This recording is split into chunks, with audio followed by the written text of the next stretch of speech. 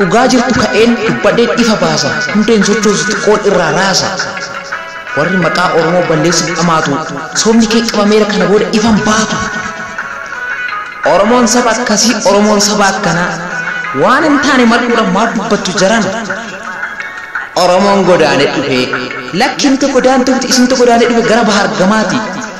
isaa akka dhuftan dura obbartanii irbaataaf laaqana kanneen nyaattanii ishee haadhan qabne dhiiga bo'aa akkoo afaaniin albaatanii ofitti fiddu rakkoo beeka kam taatanii seenaa keenya qorattu dhiisar dhaabbateetti waa'ee keenya kumattu kanaaf siifan imaama maqaa oromoon balleessin ofii xuraa baattee seenaa keenya xureessin oromoon koo hin godaanne asumatti dhalatee asumatti dagaagee asumatti guddate qabeenya qabu hundas asumatti horate